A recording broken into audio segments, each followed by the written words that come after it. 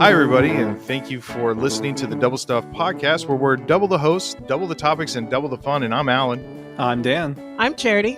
And I'm Sarah. And play ball. Da-da-da-da-da-da. I don't know what. Shouldn't the da-da-da-da-da happen first, and then you say play ball, right? Oh, wait, well, you say charge. Charge. Yeah, you're Or supposed should to we do just, we charge. just start over? Take me out to The ball game. Yeah. That's a public domain song. We can do that. Yeah. Yeah. All right. So today we're talking about sports. We're actually revisiting a episode that happened in our first season. That's what we're doing this season is Yes. revisiting, showing that our chops have gotten a little bit stronger, a little bit sharper, a little bit Sharp chops. sharp chops. So we'll go with that. I would like to say that the WSU men's baseball team, the Shockers, opened up yesterday, a little topical news here in Riverfront Stadium, and absolutely blew away Houston 10-1. How Very exciting is that? Congratulations to WSU. Yeah. Absolutely. And I can't wait to go. I did not go to the game, but I've been to Shockers games, and they got a really strong men's team this year, and I think they're going to go pretty far. WSU just seems to have a pretty decent sports team all around. Like, Yeah. Yeah. very rarely am I hearing something like, oh, they lost by like a landslide. You know, like we have a pretty solid sports group for men and women, basketball Yeah. and baseball and yeah. Softball, So, yeah. Softball team's I good. think Wichita has a pretty good representative in Absolutely. WSU.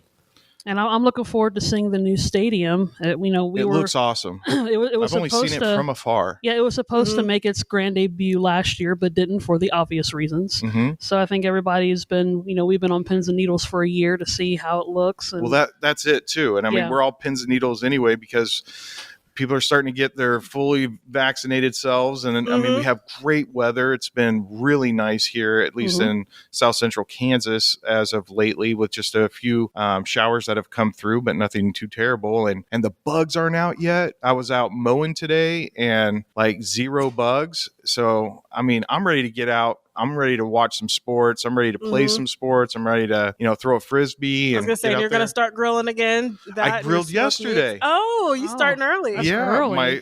my parents came down. My daughter had a dance competition. She did fantastic in it. Very she nice. did 2 numbers, and I think in the competition, the scores have come back, and she placed second and third. Ooh, very And nice. yeah, for her first competition ever, Not bad. Did That's- really, really well. Yeah. And afterwards, everybody came over. It was a lovely day and fired up the grill, had some steaks, had some chicken, had some grilled veggies, and we had some. I think we were going to look for. They were out of the garlic bread toast or the garlic. You know how at Dylan's you get Texas toast? No, we got that because that's always available in the frozen bread aisle. But you know the one that's like in the foil. Garlic bread? Yeah, The the garlic bread that they prepare, you just kind of throw it in the oven. They were out of that, but it was a lovely meal, a lovely time, and a lovely day. And I'm looking forward to getting out some more. So Actually, you were Nice. talking about food. That made me think of like baseball. You know, like one of the typical things when you go to a game, you get like a hot dog, yes, and like or corn dog or all the other snacks. I've actually never had like the legit concession stand food from like a big sporting event. Is it really that good, or is it just good because you're there and you're hungry and it's a hot day? You want like a food and drink. It's probably all the above. it could assuming. I don't know. depend. I think it's good because of the amount that you pay for it. It has to be good. I was going to say, Convince yourself that it's good because I- you just dropped $20 on a hot dog. Yeah, and Oh, my girls gosh. know going to a baseball game, they're going to get concessions. I think that's why they come. So Layla is always looking for a hot dog, and Audrey's looking for the nachos. And I don't know if it's just due to COVID or it's just easier to prepare now, but nachos come in a bag like you would get like in a fun size bag and then just like a cup of nacho cheese or something.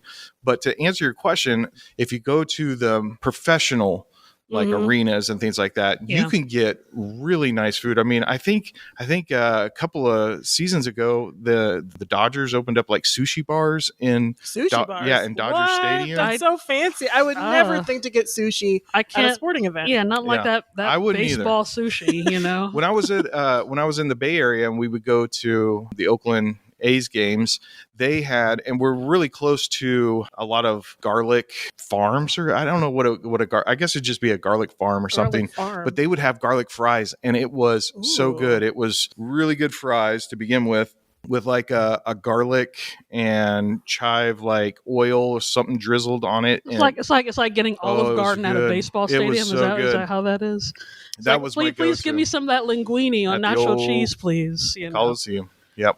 Well, concessions, good weather, no bugs. That's all the fun parts of sports. But there is a dark side to sports that we would like to revisit in our revisiting this episode. So let's go ahead and take a listen back all the way back to season 1. Probably out of everybody, I'm probably the least sports-minded person. I don't know. I might challenge you on that one. My worst one was basketball, and I'm just running down the line right behind and all of a sudden I just get drilled in the side of the head from a full court You're throw. like a magnet. The ball never bothered me in basketball. It was flying elbows. Like I got jabbed in the throat one time by a sharp little elbow.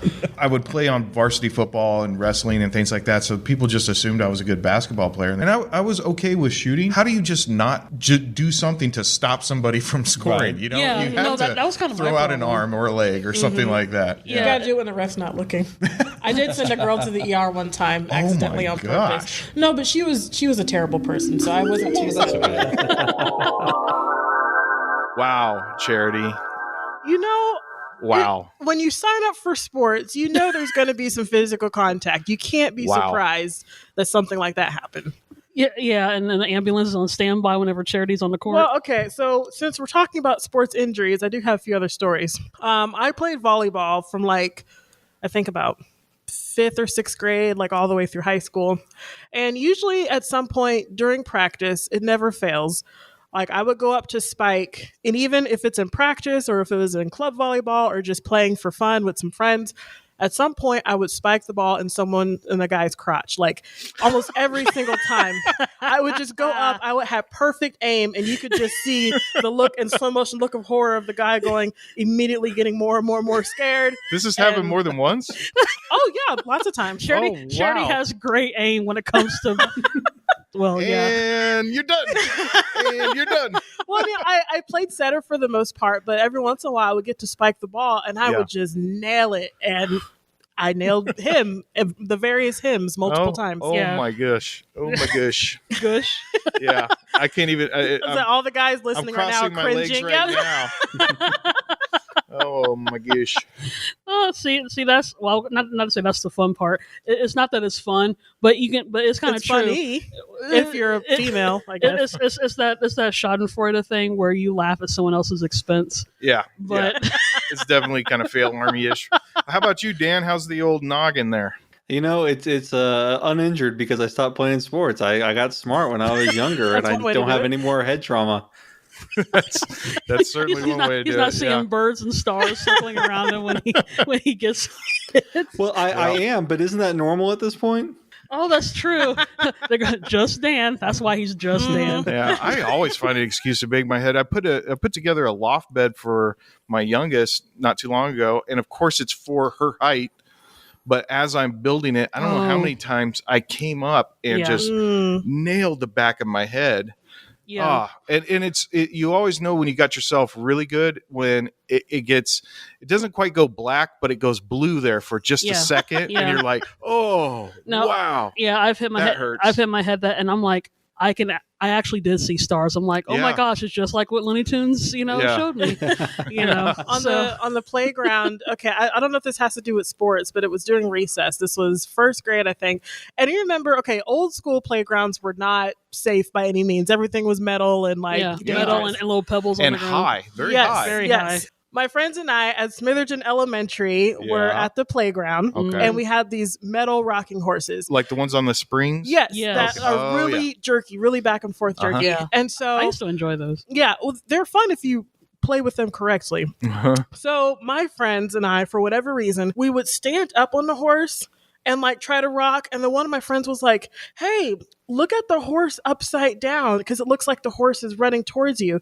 So I'm standing up on my horse. I lean forward to look at the horse. And then I remember waking up and I'm looking upward at the horse and my body is in the gravel. And I don't think anybody noticed that all the kids were running. I guess the teacher blew the whistle. All the kids were running over from recess or to line up because recess was over. And I'm just laying in the gravel like, what am I doing here? I didn't realize until probably years later that, I probably fell, flipped over, hit my head. Yeah. And blacked out. And nobody came over. Like I was there for all of recess. They think I was taking a nap. In the middle of the gravel. They all bailed on you. Yeah, they all just left. And then Just like they did on that little boy in Christmas Story that stuck his tongue to everybody just bolts back into class. I feel for that kid because that's what happened. We used to play a game, and it's not a sport, but it's a game, and it was on. We had like a park with a kind of a jungle gym set. I don't even know what you call it, but it had slides, it had like stairs, it had all this stuff. And this was in high school that we did this, but the game we called it was Rocks, and it's I love it already. And the reason was because there was like gravel right on the ground, and you would have one person out of like a giant group of friends, probably like not giant, but like 10 people or so. One person would be it, and they would have to climb around on that thing with their eyes closed, and so like they'd have to climb around, and they'd have to try to find people and tag them. And basically, so what we would do is, because they're kind of all, there's like small area, right? So we'd hang off the side of it and like, climb around. But the thing was is that if you got on the ground and the person that was it heard you, they could call out Rocks. And if you were caught on the ground, then you were then it. So we'd have people jumping from different like jungle gym sets to other ones that were like further out and grabbing on. It was super dangerous. Yeah. I kind of want to play that though. That sounds intriguing. Like when we all get together, we need to find a playground. Well, that's a good point though, because up until this point, we've been talking about kind of organized sports, but some of the best sports, the ones when you make up, when you're at Smitherton Elementary and you make up, and it's in this case, it sounds like you guys pretty much had a clear idea of what the rules were. But do you guys remember like some of the best games like had the wackiest rules, and then if you ever wanted to come back the next day to play it, nobody could remember all the rules? Well, and then you would have kids that would come in halfway through the game, so then you would have to like sort of explain. Can I play? And then, no. Like you had to be here from the start. Like it doesn't make sense. That's right. We've already picked teams. Get back over there on hopscotch. I think one of the most random made up games, and it's just because of where we went to school at Smitherton Elementary. In the oh my gosh, in the recess area, there was a wood cabin. Remember that, Charity? Yeah, but they got rid of it. They got rid of it, but there used to be a wooden house. It was like a log cabin, and we used to play like Frontier. I think that's what we called it. And it was like, it would be like this weird homesteader recess. So all the housewives, all the girls would be in the house while the men were. It doesn't even sound like a real game. We'd be in there, and we feel like we're being hostage by the cowboys or some kind of bandits, and then we had to have this hero guy who's going to try to tag all the people so he could save all the damsels in distress. That sounds like fun. Yeah, it's just funny because one, like I said, I think I mentioned this before. When I was in school, I didn't have any friends, so I would just kind of watch from the outside. So you were the Indian out in the middle of the. It would just be like I don't know. I can't even describe myself. I'd be like, maybe I'd be the narrator in the story, like the narrator. Yeah, I play narrator. I'm like, yep, there go the homesteaders going.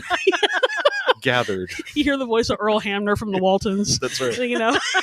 Doing the recess. Good night, John Boy. Yeah, that's right. So all of a sudden there was a dust kicking up on the hill. Yeah, and they knew it was danger. Actually, there used to be a hill up there too. The kids would catch grasshoppers and pull their legs off. Oh my gosh! Yeah. Well, this story took a turn. It did take a turn. That is not a sport, children. I do have some information on sports though. So I was looking up some stuff about the Olympics because that got rescheduled from last year. But it's still the 2020. Yeah, that's what I noticed. They're still keeping the 2020 theme. They probably spent billions on marketing. Branding. They've got signs and graphics and stuff. They're like, no, we are not redoing this. Yeah. So we're just pretending COVID never happened. Right. We're still going 2020. Mm-hmm. Yeah. The Olympics are in Tokyo, which is exciting because I have a friend who lives in Tokyo. So she's going to try to see if she can see one of the events live, which would be awesome if I could do that someday. That would be cool. Yeah. That would be really cool. Which event would you like? Was like, I have to see this. So if you can't be there for like we're in Summer Olympics, right? Yeah, the Summer Olympics has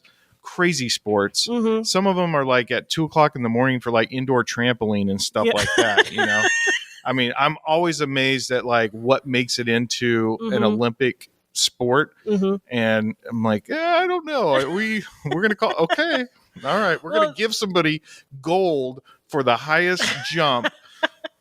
Actual gold medal. You know, I feel like that would be really hard, or that'd be really easy. But then if I were to try, like, I'd be scared of landing on a trampoline, because I've been on like a trampoline or a moon bounce or something. If you land wrong, your ankle's gonna snap. Like, that's what I'm saying too. It's like, I mean, after maybe at one point it was a novelty, something pretty inspiring to see, like somebody flipping around on a trampoline. But ever since like YouTube kind of like came about, you could probably see all of that.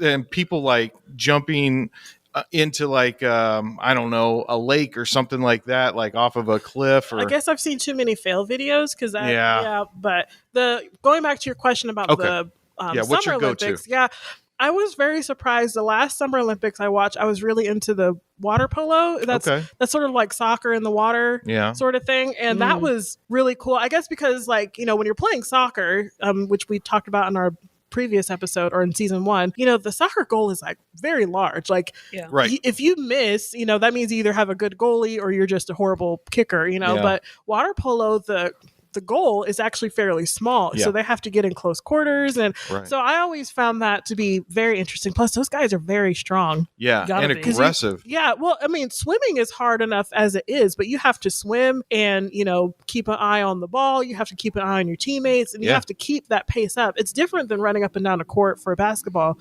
Swimming takes all of your muscles, you know. So that's what I found pretty fascinating. So what about you, Dan? What kind of an Olympic sport do you like watching? I heard they're adding skateboarding to the Olympics, so I'm down with that. But it's actually odd because I don't know. There are certain sports I like. I mean, Summer Olympics I don't watch as often. Winter Olympics I watch quite a bit, and I really like curling and snowboarding. Your hair? Really? Curling your hair? I could not get into curling. I tried. I really tried because I love the Olympics, but I couldn't do curling. Into like watch them, or like have you tried it? No, I would love to try it. I think it would be interesting. But like sitting there and watching curling is probably like watching golf. And I apologize to all the golfers out there. It's like golf on ice. Well, like, and I know it takes precision and like there's an art to it. Right. But it's kind of like watching the cornhole tournaments. I can't do it. Like I get so bored. Yeah, it's like unless you're like participating, it's hard to get into. I get that. Yeah. In terms of sports, in terms of Olympics, and this is. I think even when I was a kid, I used to enjoy the gymnastics, and which I don't really see as often. But the synchronized swimming, I actually kind of like. Is that still? I don't know if they still do that. Sort of old fashioned. I don't know if they still do that, but I used to watch that a lot when I was younger. Yeah. But you know, the one thing, while I don't fully get into the sports part of it, what really gets me, just because of my field, is the camera people. Because sometimes. Every once in a while, if you're able to, sometimes you can see a glimpse of the camera person, like during a skiing event or something. And I notice, which shouldn't be too shocking, but the camera people are just as fit as the contestants. Keep up with everything. Yeah, because one of my dreams is to be a Olympic camera person. That sounds dreams, like Sarah. I have one. I have a lot. No, you can't just pick one. I aspire to many things. Okay, but you know. But yeah, one of the many things, because I'm really impressed with how well they're able to keep up with the action. Camera operating could be the next Olympic sport camera because they have to keep up with all the runners. Have you seen that fail? I think it was it Usain Bolt that I can't remember. There was like a camera person that was following. I want to say it was Usain Bolt. Oh, he outran him. Well, right? No, he was on like a hoverboard or something, and as he was trying to keep up, he like stumbled and like ran into him or something like that. But I'm going to look it up after this. You should. It's fun. It's fun. My take is track and field. I like track and field. That's true. My parents do like to watch that. I like My to mom see that. Just go for the classics and see who's the best in the world. I did track and field once. Yeah, that was about. I like he said once. What was your event? I was called backyard recess. Running. Or I did shot put and discus. Yeah. Ooh, I did really? too. I would never have picked you for that, Dan. Now let me ask you: what was your shot put style? Did you do the spin or did you do like the lunge? No, the spin. Okay, yeah. I could never do the spin. I had to do the lunge. Yeah, I'm so impressed. What the heck, Dan? That's pretty awesome. No, wait a second. I was not good because I'm not good at any sport. Okay, first. Secondly, I did it for one season, and that was enough for me. That's one more than we did. Did you throw the shot past 30 feet? No, I was terrible 3 at feet? it. I didn't say I was good. I was better at discus, but I can't remember how much better. The points for trying. Yeah. Well, it was fun talking about sports with you guys. And it was, if you want to go back and listen to this episode in its entirety, please go to our website. And that is doublestuffpod.com. That episode in season 1 was called The Flying Elbow, so hopefully you'll enjoy that. And check us out on Facebook and Instagram, and that's Double Stuff Podcast. And of course, check us out on Twitter at Double Stuff P, and that's the letter P. And take me out to the podcast. Podcast.